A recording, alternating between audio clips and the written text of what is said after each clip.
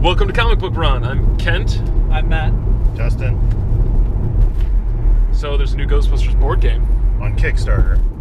It's not actually out. But it's made by a professional company, right? Right. Cryptozoic. They do a lot of licensed games. I think they did... they're doing the Card Wars game for Adventure Time, and they've done both the Penny Arcade games. They do a lot of deck building games.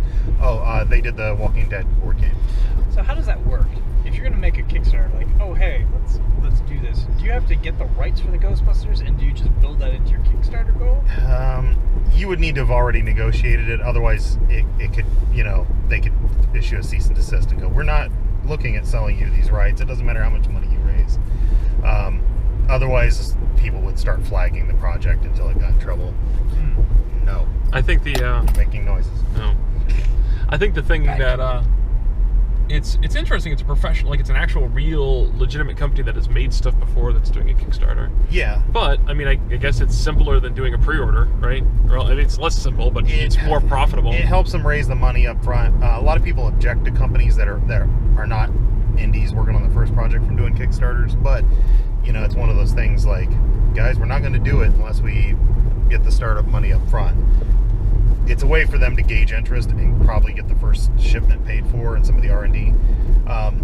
I looked at it and I was like, man, that game looks awesome. I will totally buy that. And then I saw that the Kickstarter price tag is $80, and that is too high for most board games for me. The last thing I bought that was that expensive was Fortune and Glory, which is a very large amount of cardboard for a board game. And you love board games. Yeah. So what's your limit? I mean, like, I own several $30 or $40 board games, and that's about average for something. Ticket to Ride might be like $50 usually. Yeah, it was $50. I got it for mine. But $80 is pretty high, especially for one that I don't know the delivery date, and I don't know for sure that it's going to have all the features it says on Kickstarter, because Kickstarter campaigns are famous for going, hey guys, we hit a setback, and now there's not going to be any plastic board pieces. There's going to be cardboard counters, and you've chipped in for $80. I think Crypto will get it to market. I wonder if it'll end up coming in lower with less features because they'll need to sell more copies. But they also kind of cater to high-end board games. It looks interesting. I'm going to watch the Kickstarter and see where it goes, because no doubt if it's successful, they're just going to sell it in their web store. Yeah. I don't know. Does everybody here have the closet full of just your random classic board games? I have an armory of board games. Yeah, so you're different. You're strange. Yeah. I don't know. I'm constantly cleaning my house. I took a big turn from being a hoarder when I moved out of my parents' house to being like, all right, all this shit has to go. Like, and so I just constantly am like, it's me, my wife, and my 6-month-old son, who is he is no good at the game of life, or Monopoly, or Trouble. You're going to learn to play a lot of Sorry and Chutes and Ladders. Yeah, and so my thought is just like, I'm like, we just don't have, like, what? I don't know, like, I would like to play classic games more, but I also like what you do, where it's like, you're coming into a game where everyone's learning. We've had game nights at Justin's house before, where it's like, no one has played this before, and I'm going to be reading out of the lid. Yeah, like, okay, here's how the instructions, you're supposed... Oh, if you get doubles, that means you're dead. All right, sorry, you lose. Sorry, you're dead. You have to leave the table now. God damn it! So, I don't know. I think they're a blast, and it's an untapped plethora of yellow light, red light. I see it. And we're alive. Untapped plethora of adult entertainment that we're in that kind of age where we still have our friends who consider like, hey, let's have a party, or there's no activities and we just drink. That's no fun. No, yeah, having some sort of activity to keep the night going, even if it's just a fun old game of Cards Against Humanity. That game gets dark fast. It's not Cards for Humanity. I own the rights to a 1 square foot piece of a private island due to their holiday bullshit sale this year. What? That was the secret extra reward. They bought a private island and sectioned it into 1 foot squares and then sent you your limited liability contract. So an LLC company owns the island, you own a square foot of it, and you're allowed to do anything that doesn't involve cutting down trees or building a permanent structure on that. So you could go camp on your 1 square foot, but you have limited use of the entire island as long as you're not destructive. So you can camp, backpack, have a picnic. Where is the island? It's in Maine. It's like way up it's a couple miles from a small town, and there's a boat launch. You can rent a boat and row out to it. And then of course they made a game out of it. So there was a safe buried or in a shack on the island. And I forget, they put like a ridiculous number of cards in this vault. Like there were puzzles to solve for the combination, and there's Cards Against Humanity cards and bricks in the vault. I would just like to. Did somebody find it? Yeah. I would just like to go on like, Reddit. There's a whole thread. They're like, we have an elaborate amount of like, there's an elaborate key code to do, and like just for somebody to be like, I bought a metal detector, I went out and found it, and then shot the lock off. No, this is like it was like a fireproof gun safe, and they built a little shack over it. Hey, they make big bullets. I blew up the prize. I'm sorry. So did you guys hear the trivial news about Ant-Man this morning? No. So they hired like 100 homeless people for a scene outside, and while they were apparently filming the scene, one of the homeless men decided to pee on a van, and then they're like, "Sir, you can't pee Can't on do the van." this in the movie. They're like, "Oh damn it! Who pooped on the set?" And apparently, like on the front steps where they're supposed to be coming out of, you just decided to poop. And they're like, "All right, here's your $175. Just get out of here, sir. We don't care for these shenanigans. We're trying to film a serious movie about Ant-Man." Serious movie about a guy who shrinks to microscopic size and also big size. And he hits his wife. That's not funny. I'm hoping that doesn't make it in the movie. So homeless people, Why would you use homeless people as extras? It seems like a huge amount of liability. I don't know. I mean, you could hire regular actors who work at coffee shops to dress as homeless people. It just, yeah, like Matt and I were interested in when Batman v Superman was being filmed in Detroit, of going up and being extras, though it seemed like there was a lot of extra hassle and they were looking for only one specific type of extra.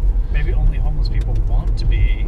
Well, that's the thing, is that like in LA, you would think like, everyone wants to say they're in the industry. Hey, casting call, we're gonna pay anybody $200 for the day to to come down. Like when Dark Knight was filmed, one of my buddies went down for the casting call, and they're like, we're looking for business professionals, like come down and wear a suit, and we might pick you, and if you pick you, you're gonna get like $200 for the day. And so he went, put on his best suit and like went down, and they're like, all right, you come on in. And when they spoiler, if you haven't, it's whatever, it's been out for what, 5 years now? Yeah. 8 years. When they're bringing the fake Batman down who's been hung with the Joker smile, he's one of the guys that's like, oh, I was just going to work, but then I found a corpse on the street. Like, what's that? He only made $200. So I can't imagine that, like, yeah, homeless people are the only ones that are available. Yeah, that seems like a really weird, like, oh, we're trying to help some people out and write off some taxes. I don't know. It's a weird ploy to use that many.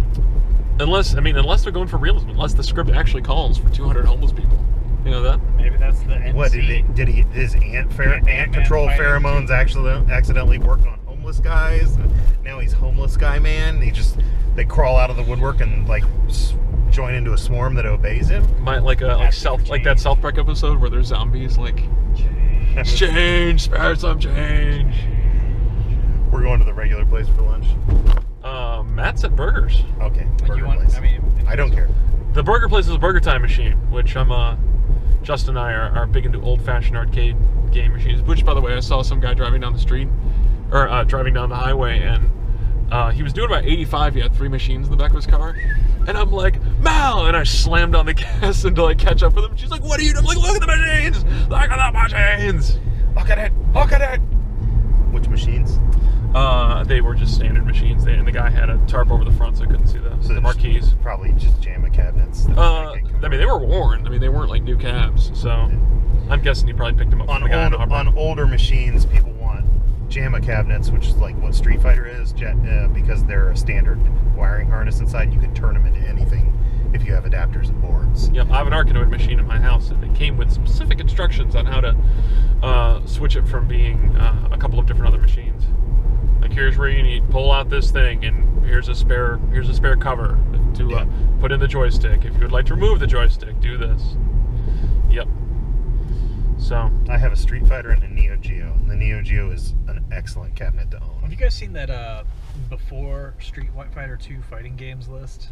oh, what is it? Oh, it's just it's a list of all the fighting games up to Street Fighter 2, which apparently is like the place where the genre kind of crystallized, you know? and it kinda Especially the became what it is. versus genre. Because there were a lot of side-scrolling beat-em-ups, but they weren't. Right. So these are Bad all like dudes. versus, and it's fascinating. I was reading through it yesterday for lunch, and it was, all the terrible, bad control schemes and. And you're just not making it with these lights today. No, there's always some doofus. Yeah, some boss. Yeah. So, speaking of 2D scrollers, Yes. Super Mario movie, Oh, I'm scared. which I guess we can wrap this all Can into we at that. least get Bob Costas back? He's Bob dead. Costas, oh.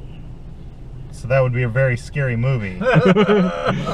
But I think Mario. What is it? Mario Lopez, or Wait. no, it wasn't Mario Lopez. Who played Saved by the Bell? No, it's John Leguizamo. John played Leguizamo. Luigi in the other Yeah. movie. But Did you guys see the Saved by the Bell it's great. recreation? Yeah. I know. I don't want to. That scares me. No, it's all pretty good. Screech wasn't there, but everybody else. Yeah, and nobody- Lisa Turtle was not. Nobody wants him there. Lisa Turtle apparently went insane. Yeah. Oh, that's not cool. So everybody's dealing with their own personal issues. I mean, whatever, it's all going on. So, anyways, I guess we can link that. But then Link, Zelda, is going to have its own Netflix show, series. which is interesting. Excuse me, princess. Oh God, the Captain N spin-off Maybe Zelda he won't. show. Maybe We're- he won't actually talk. Yeah, we were hoping. I was kind of hoping that would be exactly like and then the printed out words of like. Every episode is narrated by Navi. Hey, Or no, just some guy on like a rotating circle and goes, like, you can't purchase that yet. You can't purchase that yet. Or, little kids aren't allowed up the big mountain. Little kids aren't allowed up the big mountain. Oh, that could be bad.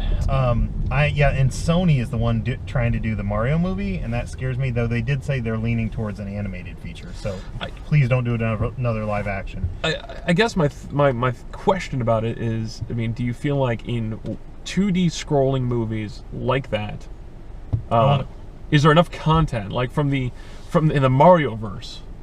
Is there enough content to make a movie that at least people our age could enjoy?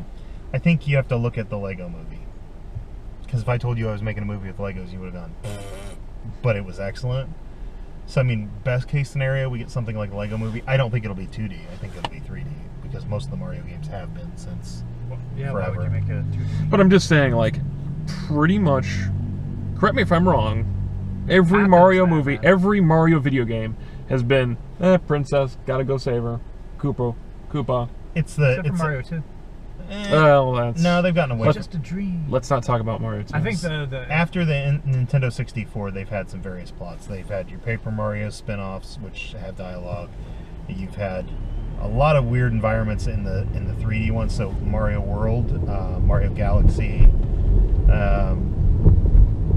The 2D ones tend to follow the Save the Princess, Your Princess is Another Castle formula. But they've done some other stuff. And then with Luigi and Luigi's Mansion, and then the sequel on the 3DS, those both kind of presented a little bit of extra world. and I think you gotta think, Ken. I mean, think about all the pathos that are really going on there. The Luigi Mario brotherly rivalry. There's just like a lot of those characters have a lot of personality for sprites that only have so many faces. Three frames of animation. Yeah, like the scaredy boos. Like, I mean, those are that's such a interesting. I don't know. Maybe I'm the only one, but I certainly project a lot of personality and character on a lot of those. They're all archetypes. I mean, which makes for good theater. or film. Archetypal plumber that saves princesses. Mario's the everyman. Oh, that's right. His brother wants to be like him. And then he's got his warped, Wario.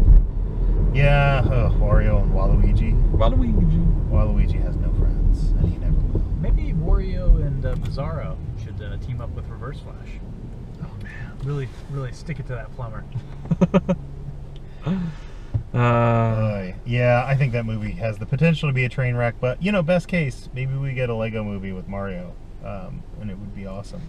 But that's probably not going to happen. And Spider-Man is going to join the Marvel Universe. Spider-Man will make his first appearance they just said in an MCU movie, because I've heard several people say he's going to show up in a Spider-Man movie, and then they said he will appear in one of the Marvel Cinematic Universe movies, and then Sony will release the next installment of the franchise. And it's likely they will recast him, that they're not going to pursue the Andrew Garfield.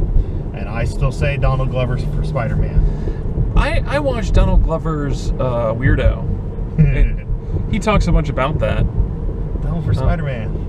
But like they wanted him to play. They wanted him to play Peter Parker. Parker, yeah. And then the Miles Morales thing took some inspiration from the. Does he have to be a white guy? Does he have to be Peter Parker? Okay? Because I wasn't sure the timeline on that. I enjoy Spider-Man. But I think they had announced Miles, and then like right after the Donald for Spider-Man thing, they said that the creators were like, we definitely took that into account a little bit. I don't think they modeled him on Donald, but it was part of the does it have to be Peter? Does he have to be white guy? Like, can't we play around with this? Yeah, I'm all for Miles Morales, because I mean, you know, we've had two. Is it change on it up. Falcone or is it on Fairfield? It's on the other street. I screwed up. Yeah, I figured. We have two Peter Parkers already, right? You know, both. Andrew Garfield, Topher Grace. Yeah. Successful. You don't. Well, not as necessarily successful this what's time going to happen if it's Miles Morales. You know, you can steal all the a lot of the stuff from the Peter Parker movies, but you know, it kind of introduces an element of uncertainty. Well, I think that that hasn't been around for a while. I think that the thing that you know, it can be entertaining, and Donald Glover is absolutely an entertaining. Well, his delivery is spot on. Yeah, If you watch and he even did Community, that dude can deliver. Well, he did. riff He did the lines. voice in the animated series, didn't he? He was Miles Morales. Oh, I didn't know they had him do it in the animated series. That's Yeah. what I'm told. Yeah, I watched a clip of it, which was hilarious. And he voices Marshall Lee on the Gender Bent Adventure Time episodes. He in the one little thing that I saw of him, Peter Parker, they like cross in the Spider-Verse, and Peter Parker's like, well, this is going to be really hard to explain, but I was sucked into a temporal time warp, and you know, we went cross dimension, and so I'm the Spider-Man of you know, this other universe, and I'm stuck here. And Miles Morales goes, yeah, that makes a lot of sense. All right, like, I can believe that. That's fine. Yeah, this stuff happens all the time. Yeah, but so I guess the thing is, like, you know, if I'm an abrasive director who has no, like, that doesn't have any oversight, I would just go, and I wanted, you know, a Miles Morales and Donald Glover to do it. I would just throw them in there, and go, okay, people who care enough to figure out who Miles Morales is and why there's why it's not Peter Parker, you know, some white dorky Peter Parker dude, they can go figure it out. Everybody else, I'm going to focus on building a way more entertaining movie. You know, if they unmask Spider-Man, like if Marvel's smart, they would just hit up the Civil War. Spider-Man's going to get unmasked, and that's going to be a big thing, and then never tell who's playing him or what his face looks like, and then just do it on release day and have it be Miles, and people would be like having a fit. Their shit. I don't know. I like it when it's people the same get news really angry over stupid things. But it's the same news reports of like when Damien died, and it was like. So I've been reading Joss Whedon's run on, what is it, Astonishing X-Men? I think, yeah, it's Astonishing X-Men, which I've liked, but I also know which major characters he's going to murder at the end of it, because Joss can't produce creative output without murdering. He feeds on kills. In a fictional sense, he is a murderer. I think it's in a very real sense too. You think he's actually killing? I think House of Cards, like very House of Cards, like Mr. Sweden. No, you could revenge. You know, perhaps you could do another Avengers. I can do it if you die. What?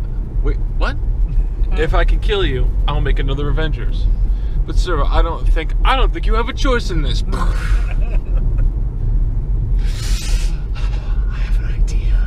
Ugh. You're creepy. Civil War. Did you see House of Cards? Anybody? I've never watched it.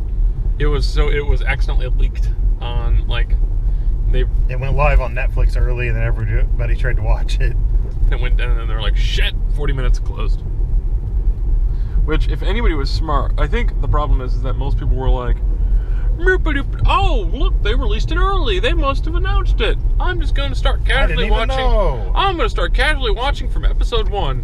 When if in reality, if somebody was like, oh shit, they released it early. I'm going to watch the last 10 minutes of everything. I'm going to screenshot all of this. Wait, so they released it? Accidentally. Was it supposed to come out in a week or something? 2 weeks. 2 weeks? Yeah. And people have seen the end of it? No, everyone just started episode 1, and then 40 minutes later they shut it off. Because they assumed, I think everybody kind of assumed, I didn't know that was this week. Yeah, they're good. Oh, they released it early. Cool. And so, if they had said, oh shit, it's a leak, it's only going to be up for 10 more minutes, then somebody would have went and seen how the whole thing ends. And then been like, haha, internet, deal with it. Well, the one big spoiler, which they reveal in the first 2 minutes, is that the Doug Stamper, the guy who got hit in the head with a brick, is alive. And even the guy said, I'm not in season 3. And the producers were like, yeah, he's not in season 3. He's already booked 2 movies. This is totally taken off his career, and we're happy for him. But he's dead. He is not back in season 3. And then sure enough, 2 minutes in, they're just like, well, his frontal cortex has been smashed, and he virtually has no emotions, and he's a total wild card now. He's going to be a big staple in this whole season. Oh, boy. I've heard that show makes you feel bad inside. It does. That's why. It might be a little too dark for you, Justin, but man, is it good. Yeah. Did you guys catch this week's Arrow? Or Flash? No. The Nuclear Man? Yes. No. I did. We watch Agent Carter and Flash. Tuesday nights is our TV day. We hold hands. You can spoil it for me, it's fine. I haven't watched Agent Carter for this week. I got through the one with the Howling Commandos and the Black Widow School for Murderous Young Girls. Which is great. Which was super creepy. Ugh. How's the Flash? It was a pretty good episode. I thought it was cool that the device they try and use to control Ronnie's reaction, it's very tech looking, but it also follows kind of the pattern of the old Firestorm costume. It is the pattern. Yeah, that's on Firestorm. It's like a circle on the one side of his chest, and then it's got struts coming off of it to other points, but they're like little magnetic discs. But yeah, if you held it up to the cartoon, right, so Firestorm is fused with he's always been fused. That's always the origin story, right? That's his thing. How did it happen in the comics? Was it a nuclear reactor accident or a science lab accident? I remember that it's nuclear. I think the only fusion. I've seen was the one that was in the Batman Raven Bolt. So it's Ronnie's body. It's Ronnie's body in the professor's mind, and in the mostly.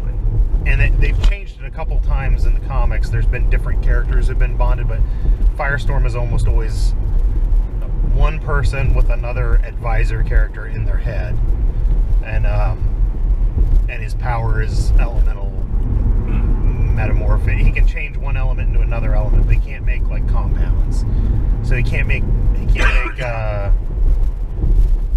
concrete, but he could turn lead into steel or water into hydrogen and then blow it up. And then he has his I thought it was just weird blast. Generic energy powers. Yeah, he has a nuclear blast. He can generate fire or it's like a radiation burst.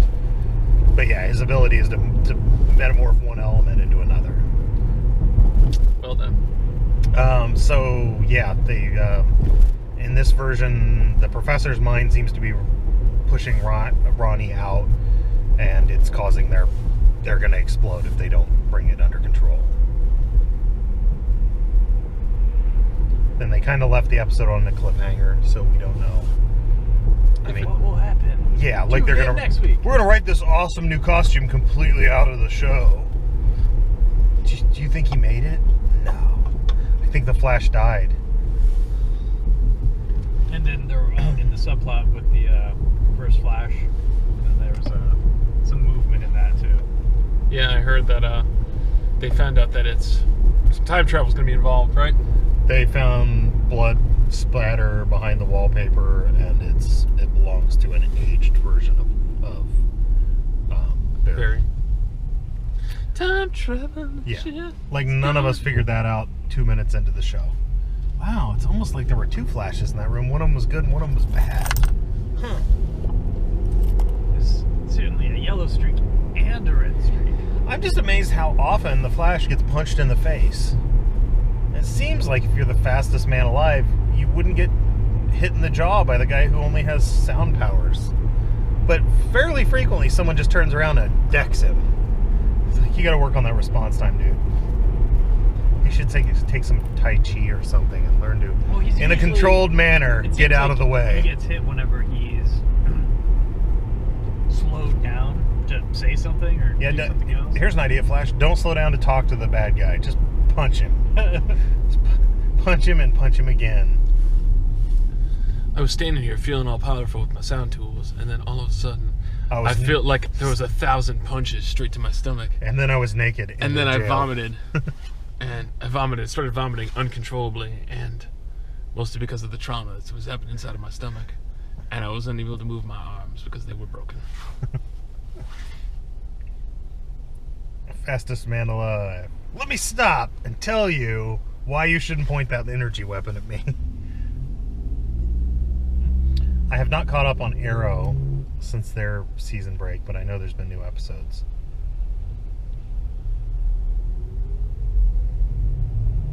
I'm not sure Arrow is going to survive many more seasons. How many seasons is it now? 3. Is this season 3 or is this season 4 now? This is 3. Okay. And they already picked up Arsenal? Yeah. Arsenal's in. They've killed one Black Canary, and they just call her Canary. They've killed one Canary and are hinting at another one.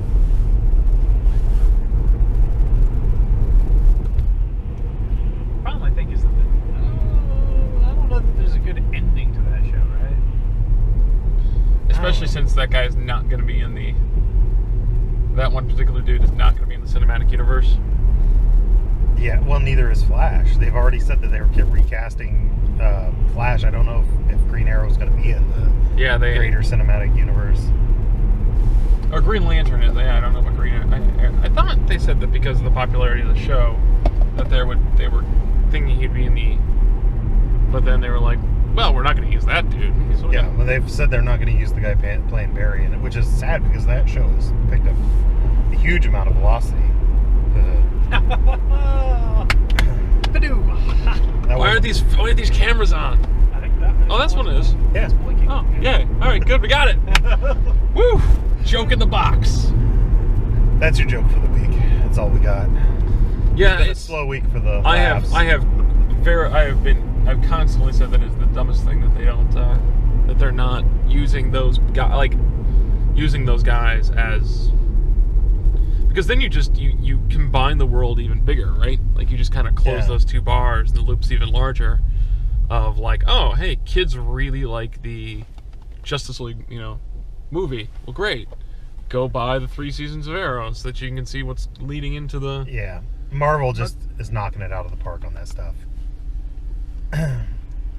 Interesting note, I can't remember the lady's name, I didn't bring my notes, but the 2 people that are having head up the Spider-Man deal, the one lady was like very high-level executive at Sony, and then during that hack, a bunch of her emails got leaked, and she said mean things about celebrities. Angelina Jolie. And she also said something, she said some kind of racist stuff about Barack Obama, about, oh, maybe he'll like these movies because they were about slavery, and so she got fired, but somehow she was able to get involved in the negotiations for the Spider-Man movie because she's worked on all the iterations of Spider-Man, and so now she's been bumped down to like distribution and production on that.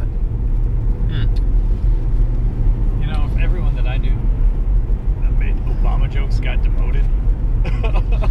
Yeah. Well, here's a good point, kids. Don't write it in an email if you wouldn't hang it on the bulletin board in the front of the building. Yeah. Well, especially at your public workplace. Like if you're a multinational corporation that might be targeted by hackers.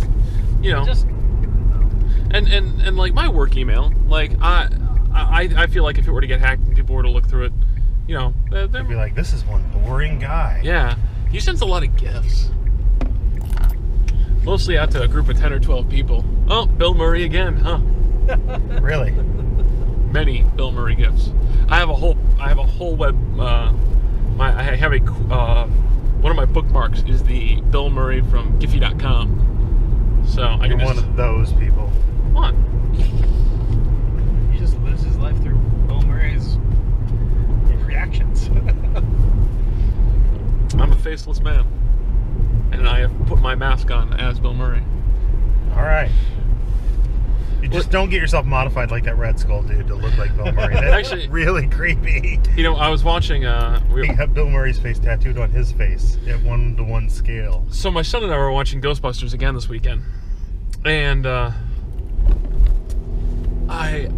it was, you know, really funny how you just don't get the level of creepiness of, like, you know, Bill Murray is this, you know, going into Sigourney Weaver's apartment to look through, and just imagine, like, if the Orkin Man was like, oh, the bugs aren't in the bed, like, nothing happens in the bedroom. Well, I bet that's not true. What a crime! Like, yeah. You know, like, I'm just not picking up any readings. Are you sure you're using that right? I'm pretty sure. Like, did you just break into my house to kill me? yeah, or just the, like, let me tell you about my day. I come home from work and I you know, like... No, the creepiest thing about him is the fact that when she has her possession episode, he has easy access to enough Thorazine to tranquilize a horse. Who brings that on a date? It's super creepy.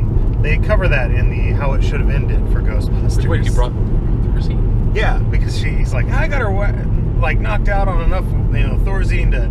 I forget what the exact quote is. It's 1600 cc's. Yeah, and she's all... She's like panting and passed out. And, yeah. Did he just have that in the trunk of his car? Is he licensed to prescribe? He's just been hanging out with Bill Cosby, talking about... Oh, this goes to a dark place that we shouldn't go. But yeah, just that, like, his character, yeah, the whole he's a con artist and a kind of a... I mean, like, likable dude, but, like, only because the movie definitely portrays him as likable. Like, if you put it down on paper of, like, all right, so catch me up. This is this guy, they get a client, he ruthlessly hits on her, and then he becomes a celebrity, uses that celebrity status to get a date with her. Then brings drugs to knock her out to said date. Let's assume the best case scenario, he's actually a licensed Medical doctor, psychiatrist or psychologist. One of them can prescribe.